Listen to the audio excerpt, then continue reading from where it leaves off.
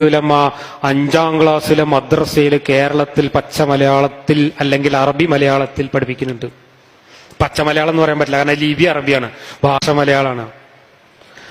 ആരാണ് കൊല്ലപ്പെടേണ്ടത് എന്നാണ് അണ്ടർലൈൻ ചെയ്ത ചോദ്യം. അത് ചോദ്യം കൊടുത്തിരിക്കുന്നത് ഓരോ പാഠം കഴിഞ്ഞാൽ പാഠത്തിന്റെ അവസാനം കുറെ ചോദ്യങ്ങൾ ഉണ്ടാവും. ആ പാഠത്തിൽ പഠിച്ചത് കുട്ടികൾ നല്ലോണം തിരിഞ്ഞിക്കണോ എന്നറിയാനുള്ള ചോദ്യമാണ്. അപ്പോ ആരാണ് കൊല്ലപ്പെടേണ്ടവർ എന്നാണ് ചോദ്യം. അതിന്റെ ഉത്തരം ആ പാഠഭാഗത്തിലുണ്ട്. എന്താ പാഠഭാഗത്തിലുള്ള ഉത്തരം എന്നറിയോ?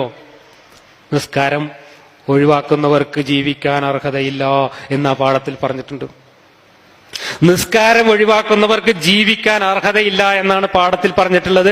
അത് കുട്ടി ശരിക്കും മനസ്സിലാക്കിയിരിക്കണോന്ന് അറിയാൻ വേണ്ടിയിട്ടാണ് ചോദ്യത്തിൽ കൊല്ലപ്പെടേണ്ടത് ആരാണ് എന്ന് ചോദിക്കുന്നത്. നമ്മളെ മദ്രസയിൽ പഠിപ്പിക്കുന്ന പുസ്തകമാണത്. നിങ്ങളിപ്പോ പീസ് സ്കൂളിൽ എം എം അക്ബറിനെതിരെ കേസെടുത്തല്ലോ. സുന്നിയാളെ മദ്രസയിൽ പഠിപ്പിക്കുന്ന സാധനമാണിത്. എടുക്കണ്ടേ കേസ്?